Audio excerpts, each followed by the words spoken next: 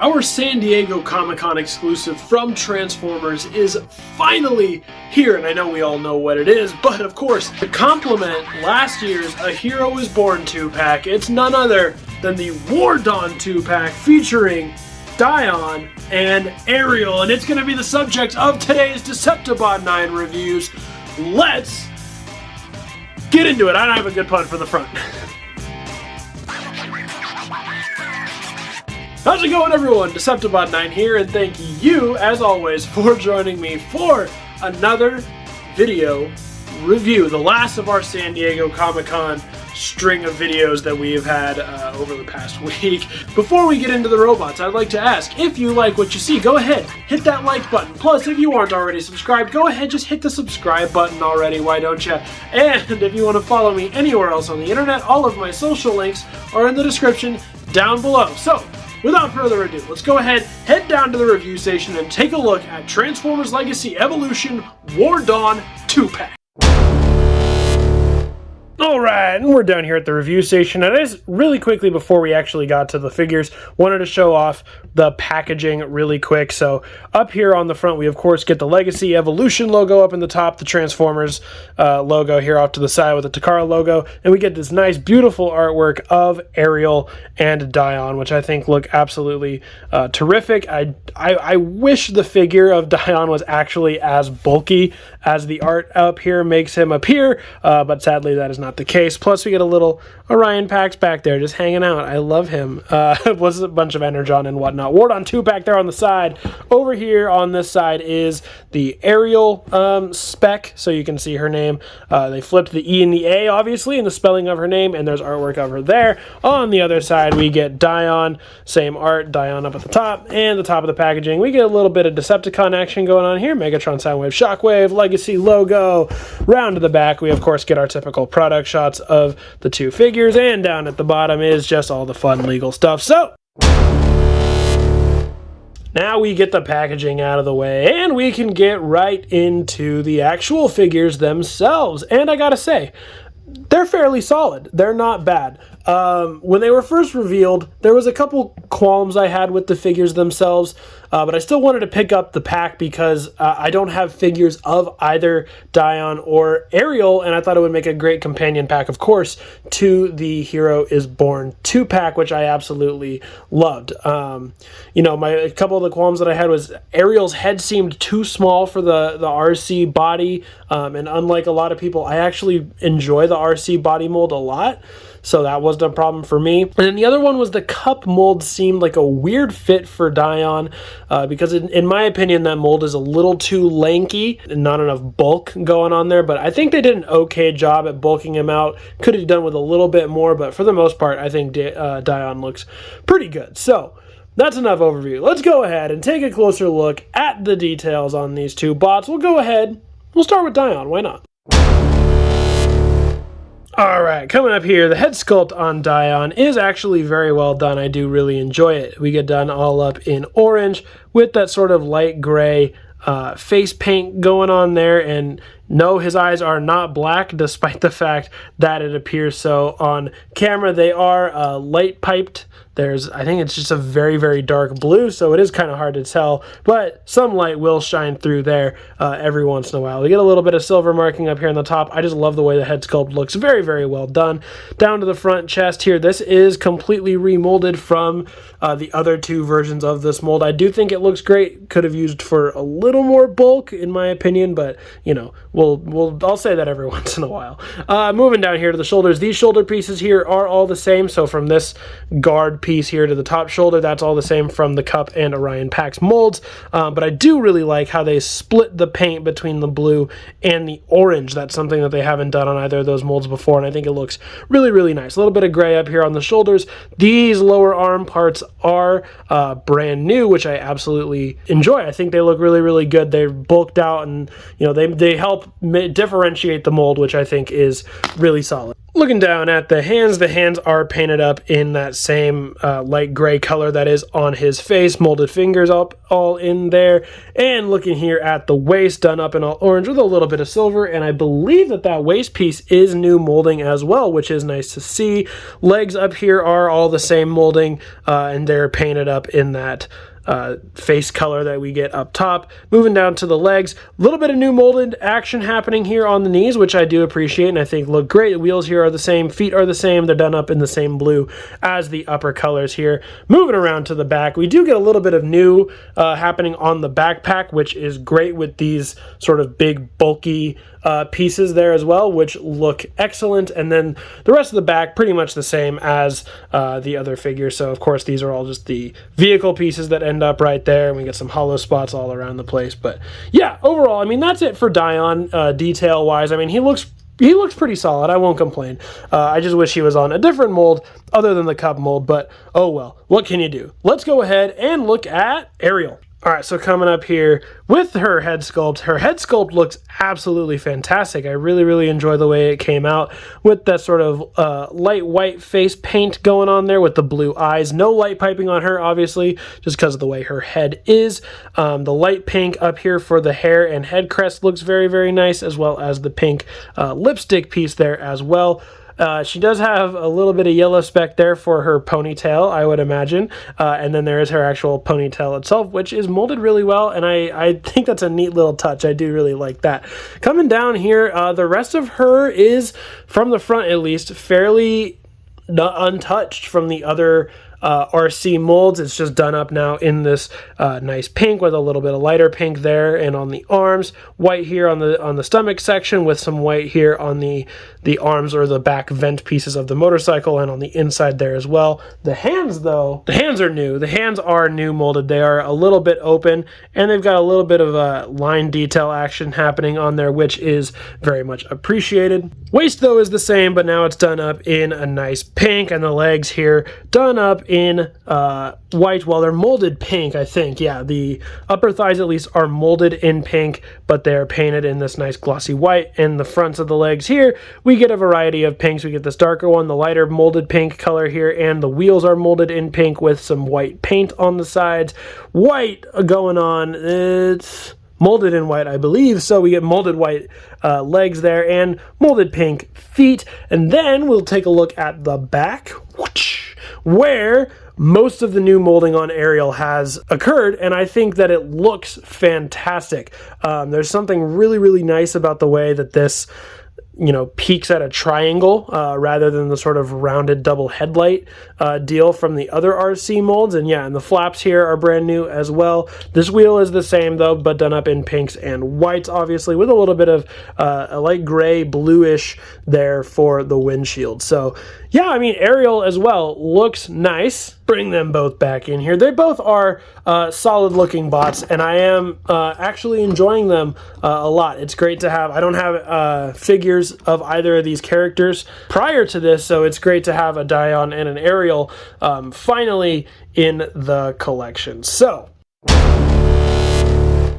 let's go ahead and talk accessories. So accessories here on these two are fairly similar to previous versions of these molds, but we'll start here with Ariel. So she does come with this gun, which is a brand new molding piece, I believe, molded up in all pink, painted in silver, and I think it looks pretty cool. It's just a nice little blaster piece, which looks great. And of course, you can put a blast effect on the front if you would like. Absolutely love that. And she's got 5mm ports kind of all over the place if you want to store it. You can put it directly in her hand, as we saw. You can put it on the forearm like that. If you want to store it on the back somewhere, you can just plug it into the sides or anything like that. Now, that's really the only accessory that Ariel does have, unless you count her wheel piece, which, just like the other versions of this mold, the wheel piece comes out and you can separate it here at the top, so it forms this sort of gun or shield, or whatever you want to use it for. The hole to put it behind her head is still prevalent, as you can see, the 5mm peg, so you can slide it in back there. but her ponytail will slightly get in the way of putting that there, and I'm not sure that I'm a fan of the way the double wheels look on Ariel, so I just honestly prefer to keep mine closed up and put on the backpack. And for Dion, so we are stuck with getting the same 2 accessories that we get with the cup mold. And we're going to talk about that in a minute there. So we get the traditional cup gun here, just now done up in all orange. Of course, as per usual, you could... Oh, actually, I don't think I ever noticed that this is too small to put blast effects on. Huh. That's interesting. Anyway, so no blast effects on that one. You can put that back there. And of course, he comes with the frickin' Energon goodies thing. I don't know why we need this with every damn cup mold. Honestly, I am frankly getting tired of it. It was cool to come with cup. I definitely didn't need it with Orion Pax and could have come with something else. And I definitely did not need it with Dion, and he should have come with something else. I'm honestly tired of the Energon goodies box. I don't like it. The other accessories that Dion has is these 2 pauldron things in the back, which, you know, are meant to sort of sit in the back and be part of his aesthetic, but you can remove them, and there is a peg here in the middle and on the front, so you could combine them to form some sort of dual blaster cannon type thing, which this does have blast effect compatibility. And if you wanted to put his, you know, the gun there in his hand, you certainly could do that as well. I honestly just prefer to leave them up on the back because I think it helps honestly bulk him out, make him a little bit bigger looking. Now, yes, it's not an accessory, but it is a feature of the mold. Of course, we all know at this point, the Studio Series Cup mold has removable arms and legs to recreate the scene from the movie, but there is one major problem with this version of the mold in particular, and it just seems that the connections, specifically on the arms, have gotten a little loose with the mold, because any slight sort of bumps, movements, sometimes they come out way too easy, and they will often fall off during transformation. That's when I notice it most. When you're posing him, it's not really that big of a deal. When you're transforming him, so when we get to transformation section, you'll probably see them fall off once or twice. Alright, so that's about it for the accessories. So let's go ahead and cover the articulation on these 2, because I don't think I've ever covered either of these molds really in detail here on the channel, because I don't think I ever reviewed Orion Pax. But anyway, let's go ahead. We'll start with Dion here. So his head is up here on a ball joint. You can get a good range of motion out of it. Swivels all the way around. You can look up that far. You can look down that far. You can tilt side to side, all that jazz. Arms go all the way around like that. They go up all the way up like that. Very, very nice. Swivel here at the bicep, of course, is wary to falling out like we just talked about. Elbows do bend well over 90, which is great to see. Absolutely love that. Waist swivel here does go all the way around, so that's great to see. Legs go forward that far. They go backward that far as well. If you move the arms and stuff out of the way, you can get Dion going into a full extended split, and he gets a 10 out of 10 for that. Absolutely love to see that. It's so good when we can get the splits out of people, especially dock workers like Dion. The legs do swivel here at the thigh. They do also come out right there. No problems with that one. It is nice and tight. Knees do bend at about 90, and the feet pivot inward just about that far. So Dion, yeah, just as posable as the other versions of the cup mold, and pretty much just as posable as we come to know with the modern figures. So let's get Ariel here and cover her articulation. So her head is on a swivel up here at, or a ball joint up here at the top, so she can go all the way around, look up that far, down that far. Not really any tilt action going on there. Her ponytail is on a little bit of a swivel. You can swivel it back and forth if you want. Arms do go all the way around. Just got to move them out of the way of the backpack. Arms go up that far. They go swivel at the bicep. Here, they bend at the elbow, just at 90. Wrists here do swivel all the way around, except for they're blocked by the actual arm guard, so you won't be able to get it quite all the way around.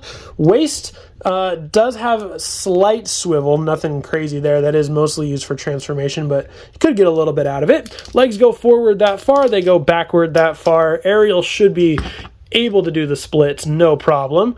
That's all right. That's not bad. We'll give her a 9 on that one. That's a pretty decent split. Thigh swivel up here at the top. Knees do bend at 290.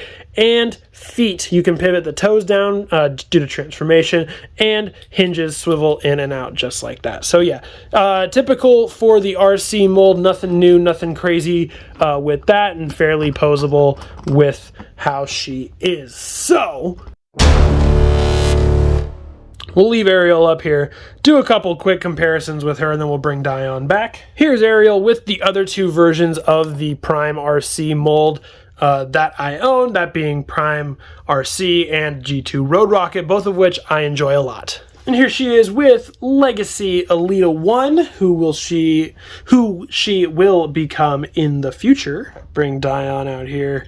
Here's Dion with Legacy Armada Hotshot, because Hotshot has been used to create Dion figures in the past, and honestly, I don't know if I would have preferred. I think I might have preferred they just use the Hotshot mold for him, but we got Cup. Oh well. And here's Dion with the two other versions of the mold, that being Studio Series Cup and Legacy Orion Pax. And now here is the whole episode War Dawn gang all together. This is great. Honestly, I really like this whole group look. All right, now it's time for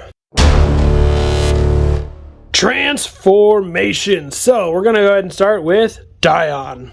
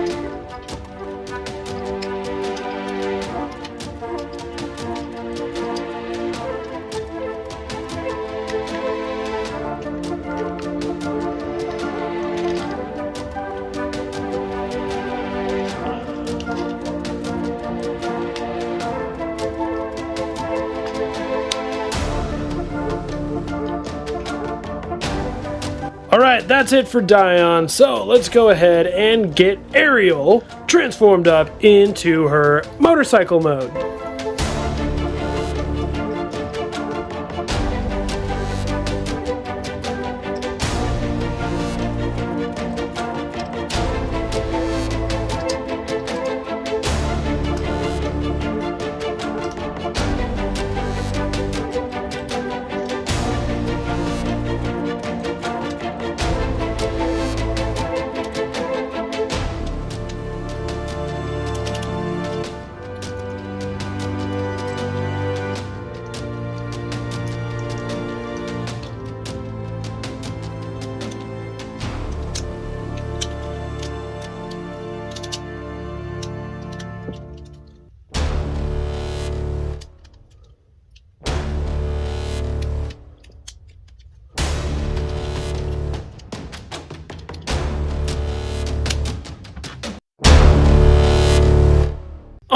right, and here are Ariel and Dion transformed up into their